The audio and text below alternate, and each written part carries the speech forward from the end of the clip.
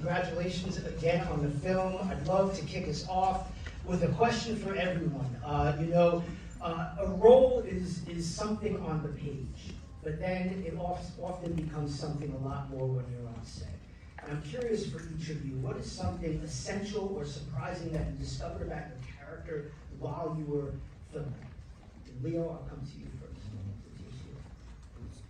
I really felt like. Nope. Is this on? Nope.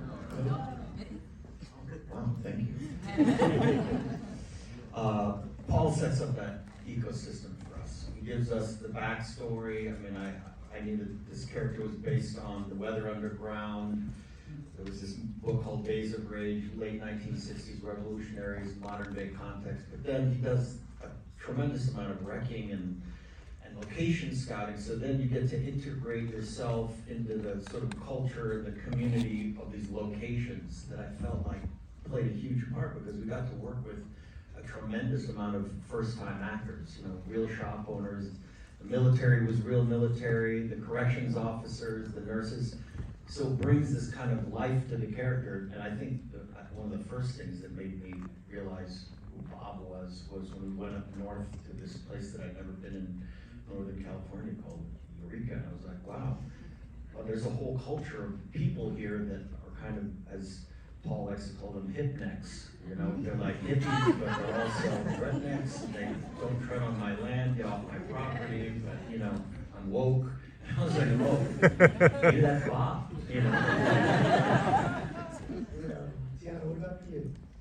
I agree. Get my mic back, Bob. No, I have to agree. I think it was really dope. For me, on the paper, it was already raw. It was already a wild ride, because PTA knew what he wanted and what he wanted to do. So I think us being able to allow those words to leave the paper and make those words, turn those words into action, just made it even doper. You know what I'm saying? Because it's but so much, especially when you have the chaos to be determined on a paper. It's just like, okay, well, what is going to be happening on set? So when you get on set, it's like a playground, and it's playtime. And Chase, what about for you when that chaos actually comes together on set and you're filming? Like, how does that what do you discover something new about your performance and your character?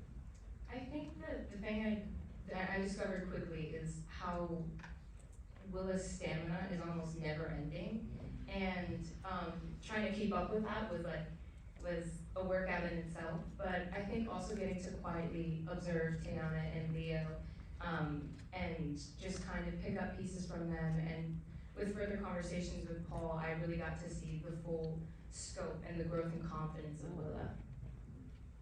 Sean, what about for you? What have you got to say? You started filming as Lockjaw. You did a terrific job, sir.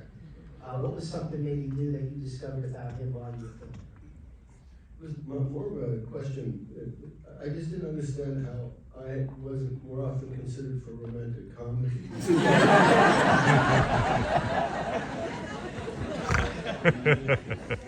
That's my answer. It's a good answer. Regina, what about you? Sorry, I'm still pondering Sean's answer. Yeah. Curious. Probably, Deandra was a lot more grounding than I think I had anticipated, because, at first Paul was like, well, we're gonna go, and this is a real place, the nuns who smoke weed, and who have an ode to the plant. They're called Sisters of, I'm gonna get it, y'all can write it down. The Brave Beaver. Sisters of the what? The Brave Beaver. Well, no, that's in the movie. Bob is so happy he finally remembers something. I remember the sisters. You can get that password, you got Brave Beaver.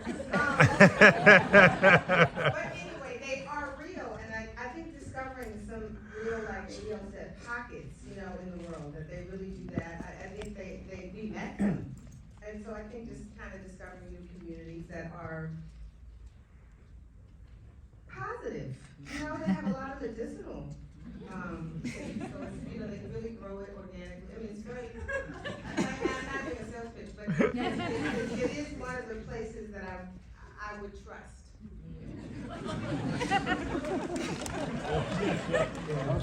You would trust, Regina?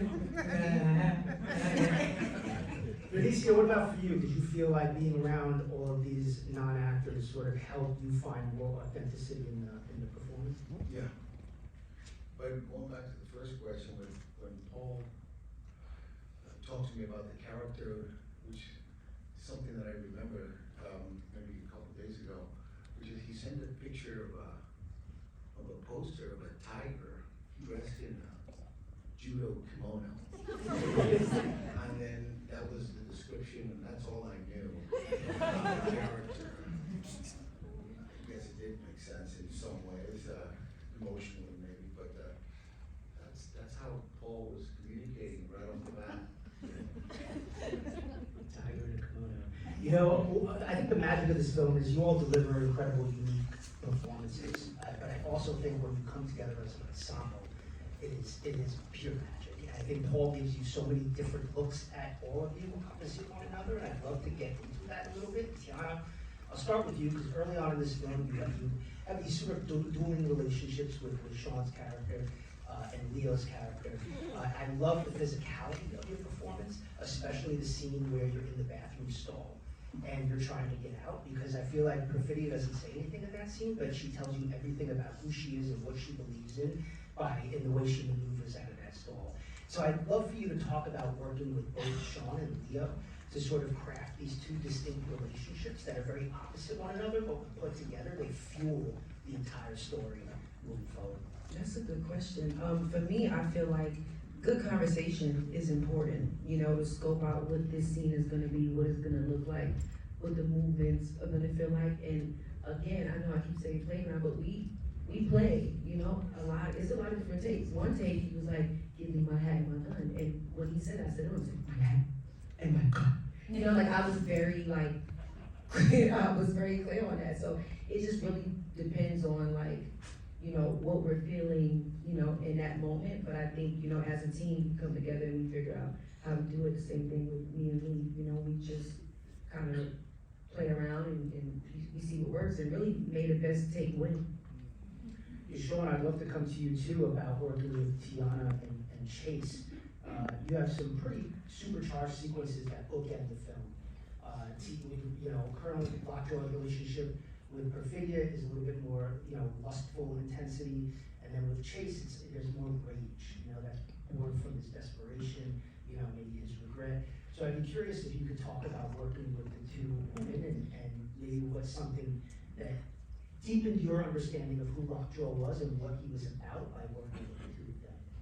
It was very immediately clear that Tiana and Chase, with whom I was probably least familiar with their work and the others,